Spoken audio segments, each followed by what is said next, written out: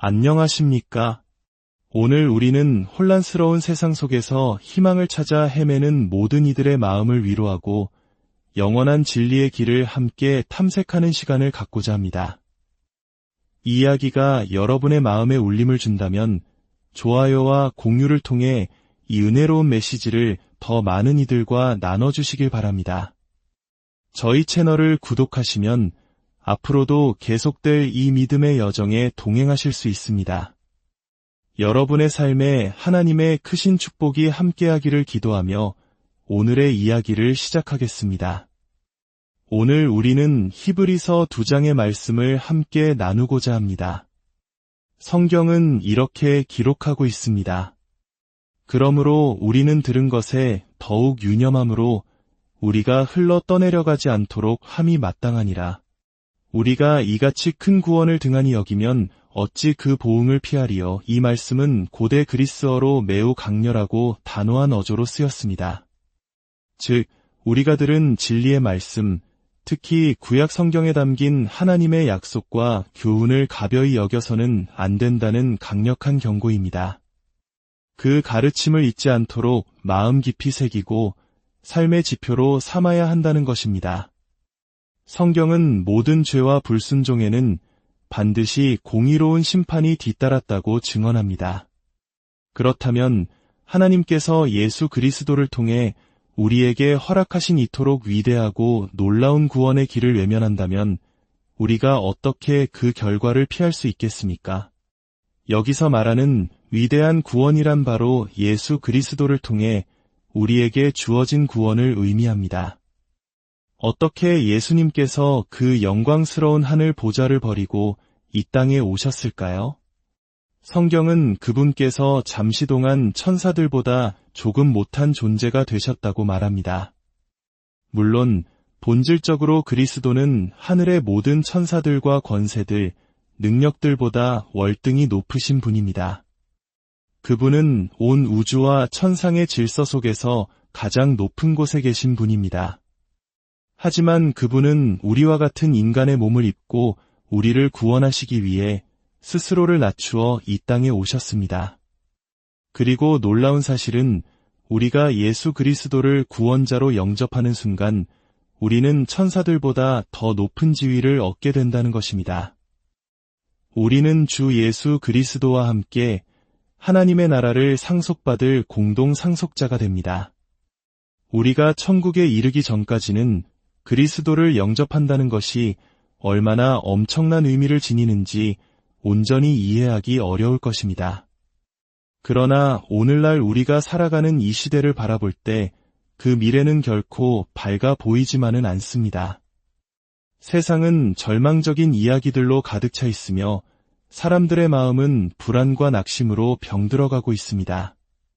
얼마 전 한 라디오 청취자로부터 편지를 받았습니다. 그는 제게 이렇게 말했습니다.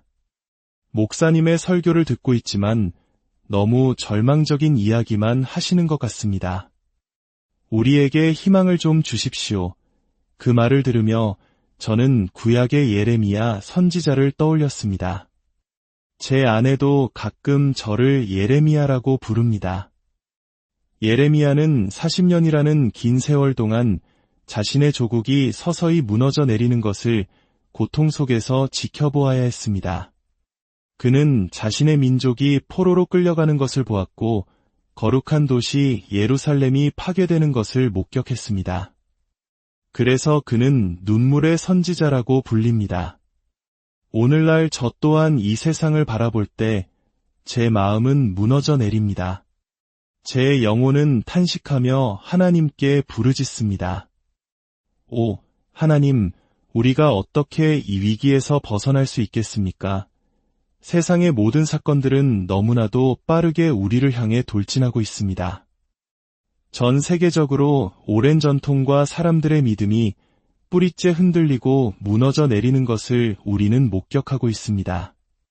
그리고 우리는 스스로에게 묻습니다. 과연 희망은 있는가? 한 유력 신문의 사설에서는 서구 문명은 자살하고 있다고 진단하기도 했습니다. 아시아를 방문하고 돌아온 한 저명한 종교 지도자는 이렇게 고백했습니다. 저는 낙관주의자로 그곳에 갔지만 비관주의자가 되어 돌아왔습니다. 이 세상이 더 이상 오래 버티지 못할 것 같습니다. 이처럼 절망은 하나의 거대한 이데올로기처럼 번져나가고 있습니다. 영국의 철학자 버트런드 러셀은 죽기 전에 이런 말을 남겼습니다. 우리의 가장 큰 희망은 흔들리지 않는 절망뿐일지도 모른다. 생각해 보십시오.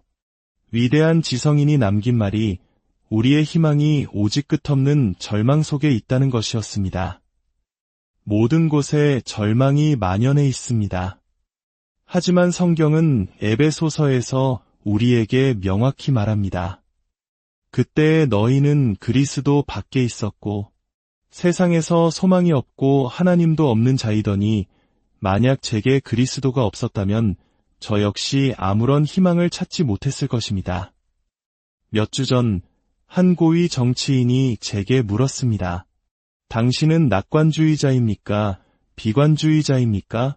그는 이렇게 덧붙였습니다. 여기 식당 테이블에 앉은 우리들 사이에서 논쟁이 벌어졌습니다.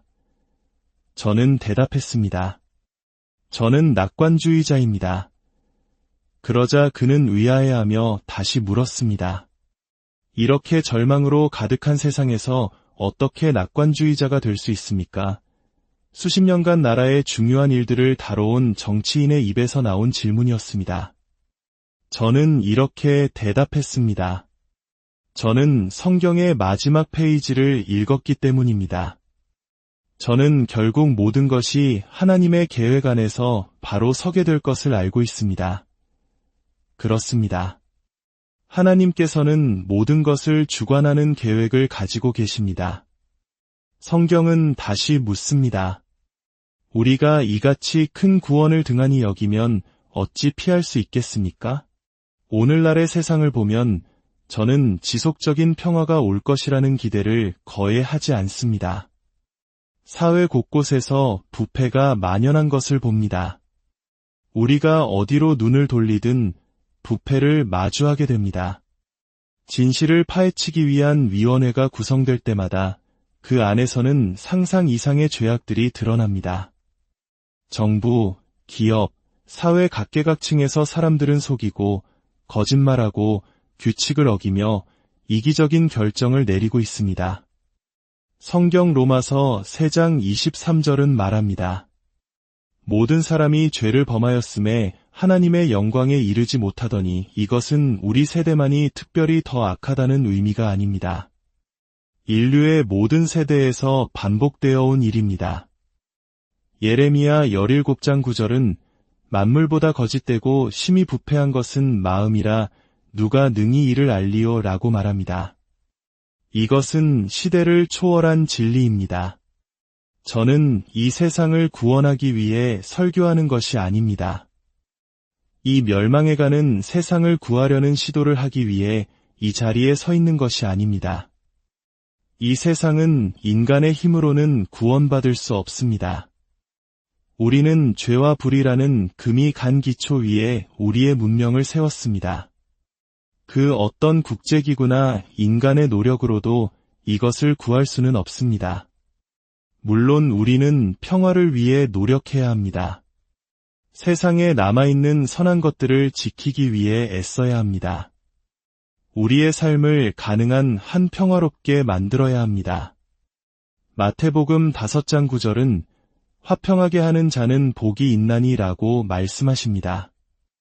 하지만 궁극적으로 우리는 완벽한 성공을 거두지 못할 것입니다.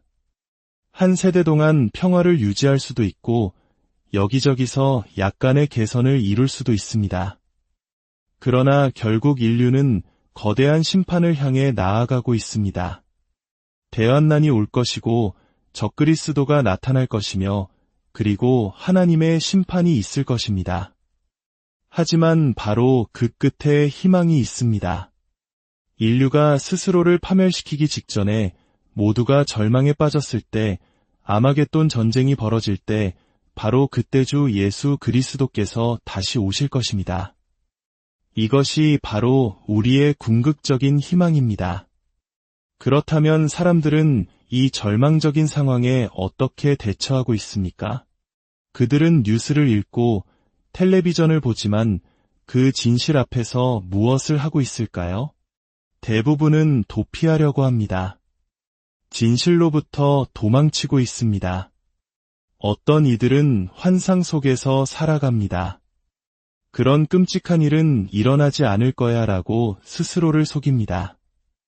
어떤 이들은 노아의 시대처럼 사악한 상상에 빠져듭니다. 사탄은 광명의 천사처럼 나타나 속삭입니다. 즐겨라, 인생을 만끽하고 모든 것을 잊어버려라. 어떤 이들은 쾌락의 유혹에 빠져 정욕과 탐욕에 자신을 내던집니다. 어떤 이들은 술에 자신을 내맡깁니다. 내 모든 걱정을 술잔에 빠뜨려 버리겠다고 말하며 수많은 사람들이 스스로를 망가뜨리고 있습니다. 어떤 이들은 부도덕한 관계로 도피합니다. 한 사업가는 말했습니다. 세상에 문제가 너무 많으니 주말에는 내 비서와 함께 즐기며 있겠다. 그러나 하나님께서 언제까지 이런 일들을 용납하시겠습니까? 오늘날 결혼한 두 쌍 중 한 쌍이 깨어지고 부도덕과 간음이 만연한 이 시대를 하나님께서 언제까지 지켜보시겠습니까? 우리가 이같이 큰 구원을 외면한다면 어떻게 피할 수 있겠습니까? 성경은 쾌락의 기만성에 대해 경고합니다. 이것은 가벼운 문제가 아닙니다. 야고보서 5장 3절은 이렇게 경고합니다.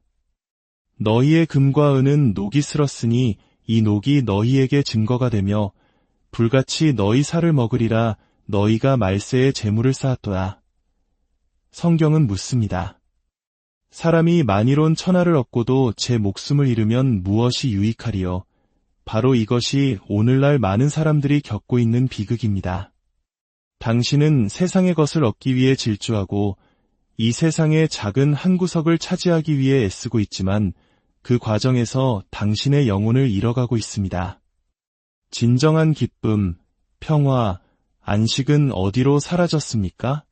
사람들은 두려움 속에서 살아가고 있습니다. 밤거리를 걷는 것을 두려워하고 폭력과 범죄가 증가하고 있습니다. 그리고 질문은 다시 돌아옵니다. 우리는 어떻게 구원받을 수 있는가? 하지만 하나님께서는 우리에게 궁극적인 구원의 길을 주셨습니다. 당신은 그것을 받아들이시겠습니까? 어떤 이들은 가장 위험한 탈출구인 극단적인 선택을 합니다.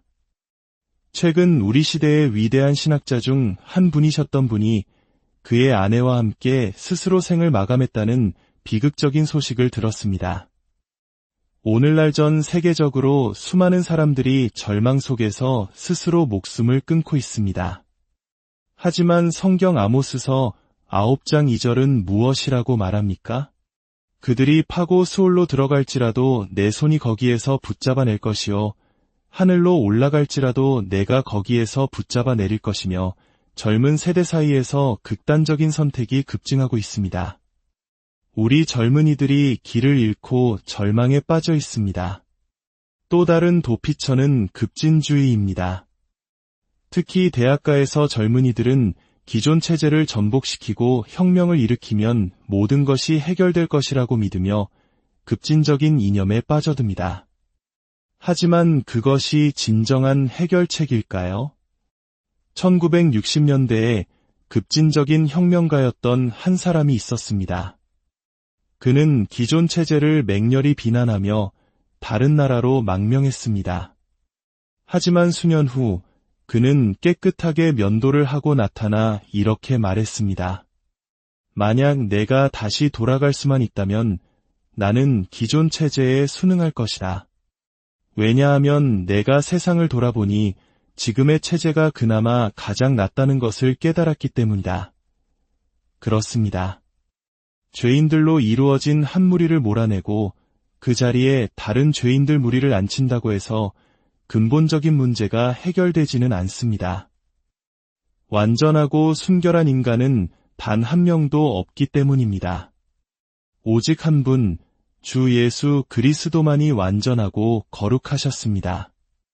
우리는 완벽한 지도자, 완벽한 정치인, 완벽한 사업가를 찾지만 그런 사람은 존재하지 않습니다. 우리는 인간의 본성을 있는 그대로 받아들여야 합니다. 진실은 이것입니다. 모든 사람이 죄인이며 모든 사람에게는 구원이 필요합니다. 그렇다면 희망은 어디에 있습니까? 하나님의 말씀은 약속합니다. 누구든지 주의 이름을 부르는 자는 구원을 받으리라. 당신은 오늘 주 예수를 영접하시겠습니까? 우리의 희망은 무엇입니까? 영국의 처칠 수상은 우리의 문제들은 우리의 통제를 벗어났다고 말했습니다. 길이 보이지 않는다는 것입니다. 하지만 성경은 우리에게 경고합니다. 우리가 이같이 큰 구원을 등한히 여기면 어찌 피하리요? 당신에게 왜 희망이 필요합니까? 이것은 단지 세상의 문제만이 아닙니다. 당신 자신의 개인적인 문제이기도 합니다. 당신은 당신의 삶의 투쟁과 압박감에 짓눌려 있습니다. 당신은 당신만의 개인적인 지옥 속에서 살아가며 출구를 찾고 있습니다. 어쩌면 당신은 학업에 실패했을 수도, 마음의 상처를 입었을 수도 있습니다. 부모님의 이혼으로 마음이 산산조각 났을 수도 있습니다. 마약이나 술에 의지해 보았지만 평안을 얻지 못했을 수도 있습니다. 희망 없이는 살 수 없습니다. 희망을 잃으면 모든 것을 잃는 것입니다. 한 유명한 심장 전문의는 이렇게 말했습니다. 희망은 내가 가장 많이 사용하는 약입니다. 심장마비를 겪은 환자에게 내가 가장 먼저 주는 것은 희망입니다. 행복하기 위해 사람에게는 세 가지가 필요하다고 합니다. 사랑할 사람, 할 일, 그리고 희망을 걸 무언가. 당신의 희망은 어디에 있습니까? 정부입니까? 교육 제도입니까? 아니면 당신이 가진 돈과 재산입니까? 저의 희망은 그런 것들에 있지 않습니다. 저의 희망은 주 예수 그리스도 안에 있습니다. 성경은 말합니다. 우리의 소망이신 그리스도 예수, 당신의 희망을 예수 그리스도께 두시겠습니까? 그렇다면 주 예수를 당신의 구원자로 영접하십시오. 그러면 당신은 참된 평안과 희망을 얻게 될 것입니다. 저의 희망은 어떤 제도나 조직에 있지 않습니다. 어떤 계획이나 조약에 있는 것도 아닙니다. 저의 희망은 한 인격, 바로 지금 이 순간에도 하나님 우편에 앉아 계신 주 예수 그리스도께 있습니다. 성경은 하나님께서 하늘과 땅의 모든 권세를 예수 그리스도께 주셨다고 말씀합니다. 제가 왜 희망을 가질 수 있을까요? 저는 실패한 인간이기 때문입니다. 저는 죄를 지었고 하나님의 법을 어겼습니다. 저는 심판과 지옥에 마땅한 자입니다. 그러나 예수 그리스도께서 저를 위해 십자가에서 죽으셨습니다. 그래서 저는 구원을 받았습니다. 저는 희망을 얻었습니다. 이제 저는 제가 천국에 갈 것이라는 사실을 알 뿐만 아니라 이 땅을 살아가는 동안에도 제 삶에 함께 하시는 하나님의 임재를 경험합니다. 당신에게는 이 희망이 있습니까? 성경은 우리에게 부활의 희망에 대해 말합니다. 사도 바울은 고린도전서 15장 19절에서 말합니다. 만일 그리스도 안에서 우리가 바라는 것이 다만 이 세상의 삶뿐이면 모든 사람 가운데 우리가 더욱 불쌍한 자이리라. 당신의 희망이 이 세상에만 국한되어 있습니까? 아니면 영원을 향하고 있습니까? 우리는 하나님께서 친히 설계하시고 지으신 영원한 도성을 기다리고 있습니다. 새로운 하늘과 새로운 땅이 우리를 기다리고 있습니다. 죽은 자들의 부활이 있을 것이며 우리는 예수 그리스도와 함께 영원히 살게 될 것입니다.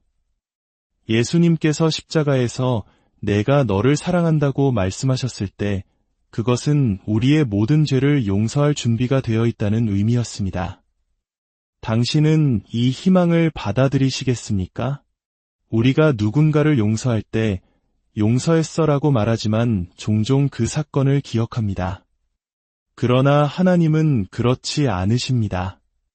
그분은 용서하실 뿐만 아니라 잊어버리십니다. 그분이 우리를 용서하시면 마치 우리가 전혀 죄를 짓지 않은 것처럼 여겨주십니다. 예레미야 31장 34절은 약속합니다. 내가 그들의 악행을 사하고 다시는 그 죄를 기억하지 아니하리라. 이것이 바로 위의 소망입니다. 이제 저는 제 죄와 함께 서 있는 것이 아니라 예수 그리스도의 의로 옷 입고 서 있습니다. 하나님께서 저를 보실 때 저의 과거의 죄 많은 삶을 보시는 것이 아니라 제 마음속에 살아계신 예수 그리스도를 보십니다. 또한 우리에게는 영생의 희망이 있습니다. 예수님은 말씀하셨습니다. 나를 믿는 자는 영생을 가졌나니 이 생이 끝이 아닙니다. 천국에 우리를 위해 예비된 처소가 있습니다. 그리고 우리에게는 예수 그리스도의 재림에 대한 희망이 있습니다. 성경은 우리가 복스러운 소망과 우리의 크신 하나님 구주 예수 그리스도의 영광이 나타나심을 기다린다고 말합니다.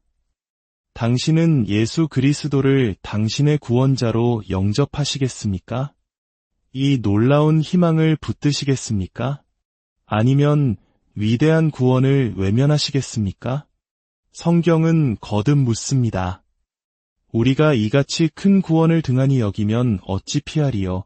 당신은 예수 그리스도를 거부하고 있습니까? 아니면 단지 무시하고 있습니까? 무시하는 것은 거부하는 것과는 다르지만 그 결과는 똑같이 파멸로 이어집니다. 당신은 교회에 다닐 수도 있고 종교적인 활동에 참여할 수도 있습니다. 그러나 예수님께서 당신 삶의 주인이십니까? 그분이 당신 삶의 최우선 순위에 계십니까? 예수님은 말씀하십니다. 누구든지 나를 따라오려거든 자기를 부인하고 날마다 제 십자가를 지고 나를 따를 것이니라. 당신은 그리스도를 위해 나아가시겠습니까? 당신의 죄에서 돌이켜 그분께로 나아오시겠습니까? 예수님께 나아오기 위해 당신은 그저 이렇게 기도하면 됩니다. 주 예수님, 저는 죄인임을 고백합니다. 저를 용서하시고 새로운 생명을 주십시오. 저는 주님을 제 삶의 주인과 구원자로 영접합니다. 제 삶을 인도해 주시고 주님의 의로운 길로 저를 이끌어 주옵소서. 아멘. 만약 당신이 이 기도를 진심으로 드렸다면 당신은 새로운 생명을 얻었습니다. 예수 그리스도 안에서 당신의 미래는 안전합니다. 이제 당신은 희망과 구원 안에서 그리스도의 사랑으로 살아갈 수 있습니다. 우리가 얻는 구원은 문제와 어려움, 역경으로부터의 도피가 아닙니다. 오히려 그 모든 것들 한가운데서 주님이 주시는 평안과 기쁨을 누리는 것입니다.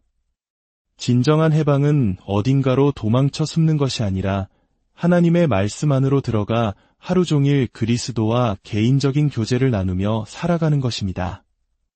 오늘 밤 당신의 자리에서 일어나 믿음의 결단을 내리십시오. 그리고 마음으로 이렇게 고백하십시오. 저는 그리스도를 원합니다. 제 죄를 용서받고 싶습니다. 제가 천국에 갈 것임을 확신하고 싶습니다. 지금 당신이 있는 그 자리에서 기도할 수 있습니다. 주 예수님, 제 마음속에 들어와 주십시오. 그러면 주님께서 당신 안에 거하실 것입니다. 오늘 이 헌신을 드리시고 다가오는 주일에는 가까운 교회에 나가시기를 바랍니다.